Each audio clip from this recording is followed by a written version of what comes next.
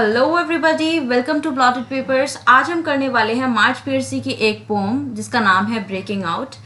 Breaking out को शुरू करने से पहले एक बार मार्च पियर्सी के बारे में थोड़ा सा जान लेते हैं। तो चलिए शुरू करते हैं। मार्च पियर्सी का जन्म 1936 में डेट्रॉयट नाम की जगह पर हुआ था, जो कि यूएसए में है। इनका जन्म एक ऐसे टाइम पर हुआ था जब ग्रेट डिप्रेशन पीरियड चल रहा था यूएसए में। ग्रेट डिप्रेशन पीरियड यूएसए में 1929 में स्टार्ट हुआ था और 1941 में ख़त्म हुआ था। और इस ग्रेट डिप्रेशन की वजह थी स्टॉक मार्केट में क्रैश होना। इस क्रैश की वजह से अनएम्प्लॉयमेंट हो गया था, यानी कि बेरोज़गारी हो गई थी, गरीबी हो गई थी, प्रॉफिट रेट्स कम हो गए थे, इनकम आना बंद हो गई थी लोगों के पास, और इकोनॉमिक फ्यूचर ऐसे लगने लगा था जैसे अब शायद ही सुधरे। ग्रेट डिप्रेशन की वजह से अमेरिका की बहुत सारी फैमिलीज़ डिप्रेशन से अफेक्टेड हो गई, यानी डिप्रेशन से ग्रसित हो गई, जिनमें से एक फैमिली मार्च पियर्सी की भी थी।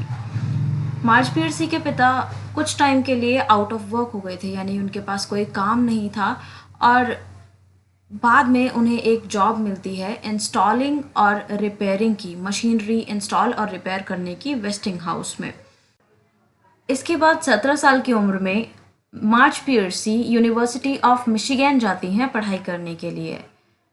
इसके बाद मार्च पियर्सी काफ़ी सारे प्रोग्रेसिव मूवमेंट्स में पार्टिसिपेट भी करती हैं, जैसे कि civil rights, anti Vietnam war, feminism और the resistance to the Iraq war. Iraq war recently ही हुआ था, जिसमें उन्होंने प्रोग्रेसिव मूवमेंट्स में पार्टिसिपेट किया था।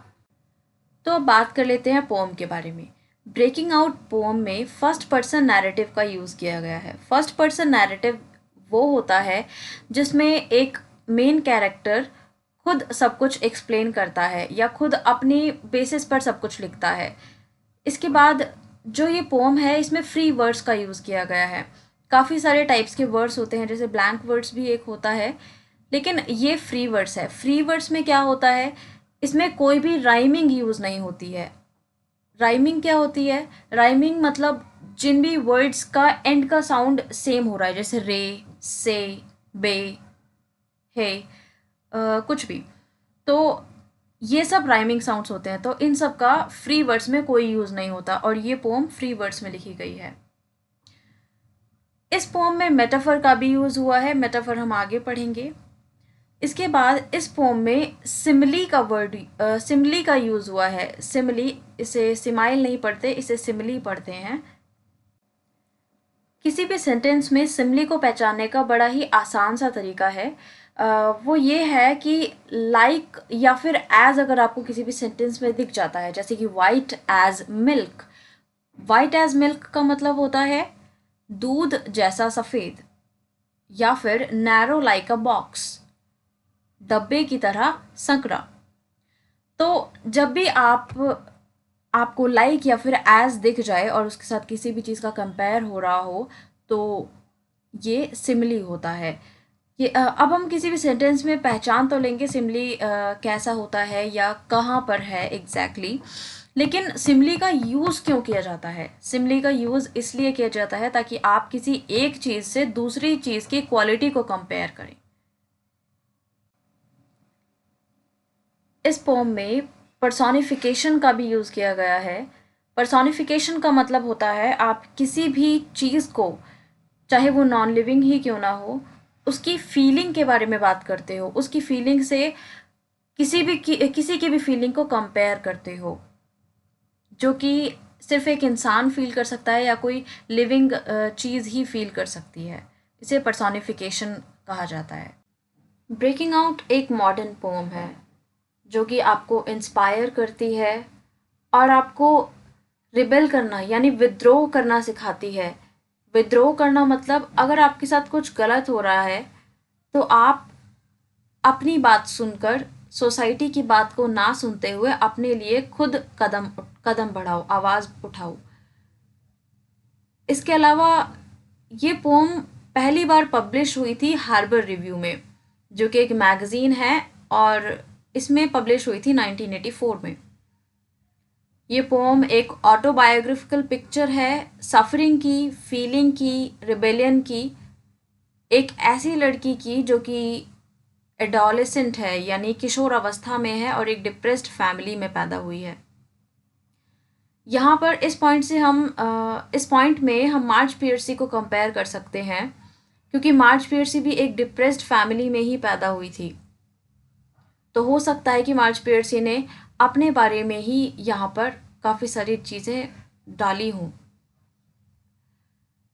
ऑटोबायोग्राफिकल पिक्चर का मतलब यहाँ पर हो गया कि जो एक किशोर अवस्था में जो एक लड़की है, 11-12 साल की होगी, 13 साल की होगी, तो जो ये बच्ची है, इसके साथ जो जो हुआ है, जो जो सफरिंग हुई है, इसने जो जो फील किया है, जैसा इसके साथ बर्ताव किया गया है, इसके पेरेंट्स ने इसको पीटा है, अपना सारा फ्रस्ट्रेशन इस पे निकाला है, अपना डिप्रेशन इस पे निकाला है, तो वो सारी चीज़ें इस पोम में ये बताती है। इस पोम में जो बच्ची है उसे खुद के लिए तो बुरा लगता ही है, क्योंकि उसके पेरेंट्स उसको छड़ी से पीटते हैं, मारते हैं, लेकिन उसे अपनी माँ के लिए भी बुरा लगता है। बजाय उसकी माँ उसे पीटती हैं, फिर भी उसे अपनी माँ के लिए बुरा लगता है, क्योंकि औरतों को यूज़लेस चीज़ें करनी पड़ती है जिनका कोई महत्व ही नहीं है। जैसे कि इस बच्ची को अपने पापा के अंडरवियर को आयरन करना होता था, या फिर टॉवल को आयरन करना होता था, या फिर किसी शीट को आयरन करना होता था, जो कि यूज़लेस है, जिसकी कोई ज़रूरत ही नहीं है, और औरतों को कोई फ्रीडम ही नहीं थी। लेकिन एक दिन जो ये बच्ची है वो अपना स्टैंड लेती है और उस डंडे को, जिस डंडे से इसकी पिटाई होती थी, उसको तोड़ देती है। कब तोड़ती है? जब उसकी एक बार पिटाई होती है और उससे रहा नहीं जाता और वो उस डंडे को ही तोड़ देती है, और फिर फील करती है कि ऐसी बहुत सारी चीज़ें हैं जो उसे तोड़ना सीखना चाहिए। तो चलिए पोम की शुरुआत करते हैं, सबसे पहले इसके टाइटल से। Breaking out. ब्रेकिंग आउट का मतलब यहाँ पर क्या हो सकता है? जैसा कि इस पोम में जो बच्ची है वो एक छड़ी को तोड़ देती है, तो क्या ब्रेकिंग आउट उस छड़ी को तोड़ने के लिए यूज़ हुआ है, या फिर इस ब्रेकिंग आउट नाम के पीछे कोई और ही रीज़न है? तो पोम को पढ़ते पढ़ते ही बीच में ही या फिर एंड तक आपको बिल्कुल क्लियर हो जाएगा कि ये ब्रेकिंग आउट किस लिए यहाँ पर यूज़ किया गया है। आगे बढ़ते हैं।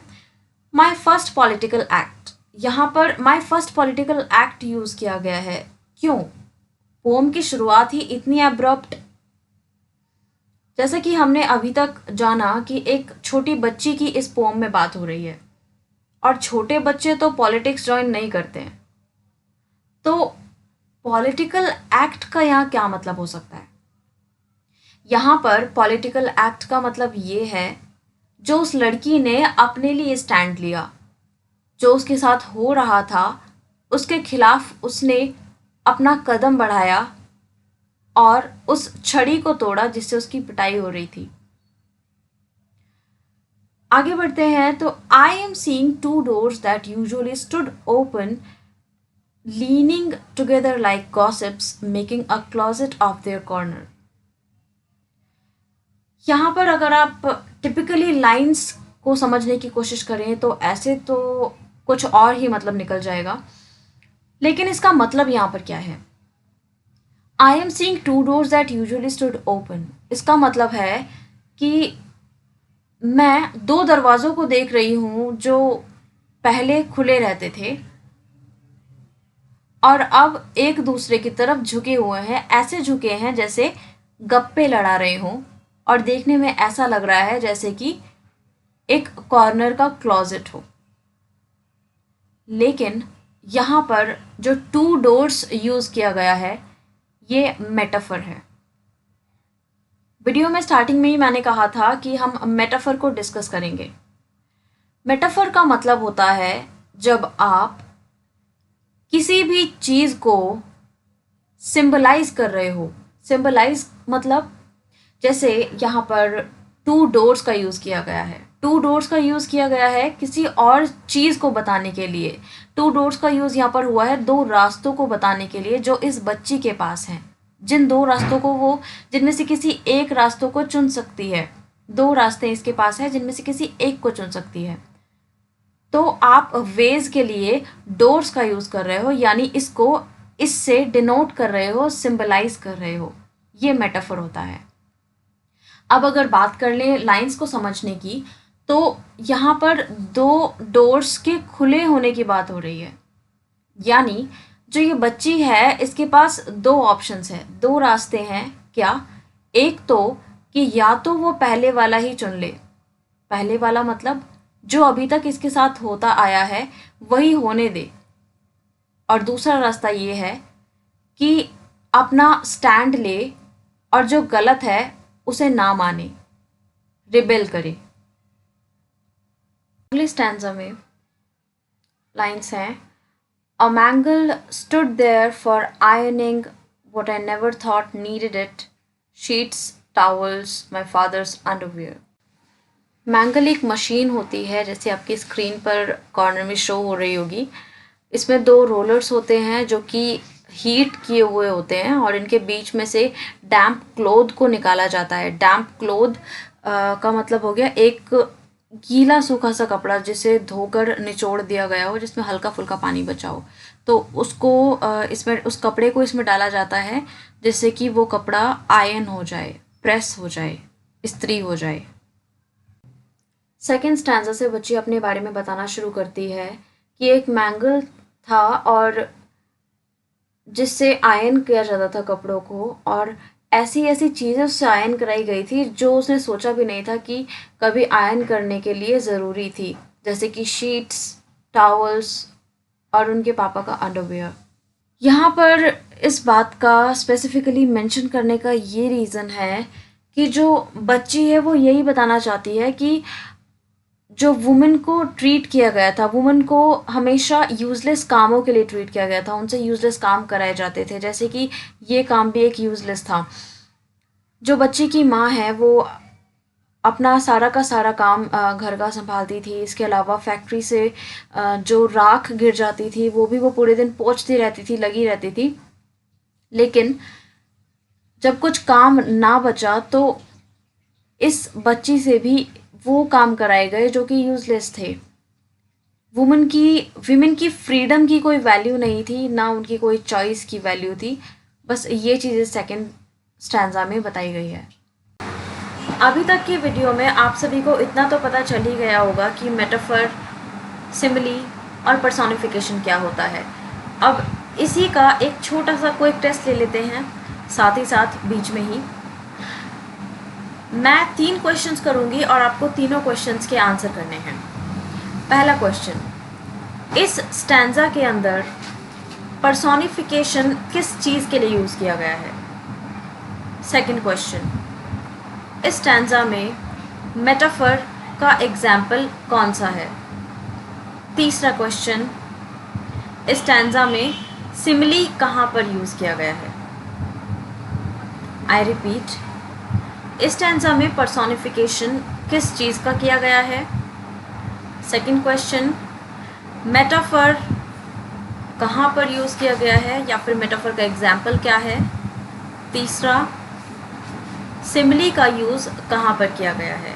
अभी तक आप सभी ने आंसर दे ही दिया होगा और बाकी जिन्होंने आंसर नहीं किया है उनके लिए आंसर ये है कि पर्सोनिफिकेशन इस स्टैंजा में वैक्यूम, अपराइट वैक्यूम जो है उसका किया गया है, वैक्यूम क्लीनर का। सेकंड क्वेश्चन का आंसर है मेटाफर का सिंबल यहाँ पर सॉसेज बैग है। थर्ड क्वेश्चन, सिमिली, सिमिली का यूज़ यहाँ पर weary of house work as I में किया गया है। अपराइट वैक्यूम वैक्यूम क्लीनर होता है जो कि कुछ ऐसा दिखता है जो आपकी स्क्रीन पे भी नज़र आ रहा है, और सॉसेज बैग ऐसा होता है जो आपकी अभी स्क्रीन पे नज़र आ रहा है। स्टैंजा में वैक्यूम क्लीनर है जिसके साथ उसका फ़िल्टर बैग लगा हुआ है और वो फ़िल्टर बैग डस्ट से भरा हुआ है और डस्ट से भरे होने की वजह से वो एक सॉसेज बैग जैसा लग रहा है। सॉसेज बैग यहाँ पर मेटाफर है जो कि फ़िल्टर बैग के लिए यूज़ किया गया है। तो जो फ़िल्टर बैग है वो सॉसेज बैग जैसा लग रहा है दिखने में। और जो वैक्यूम क्लीनर है वो उसका पर्सोनिफिकेशन किया गया है।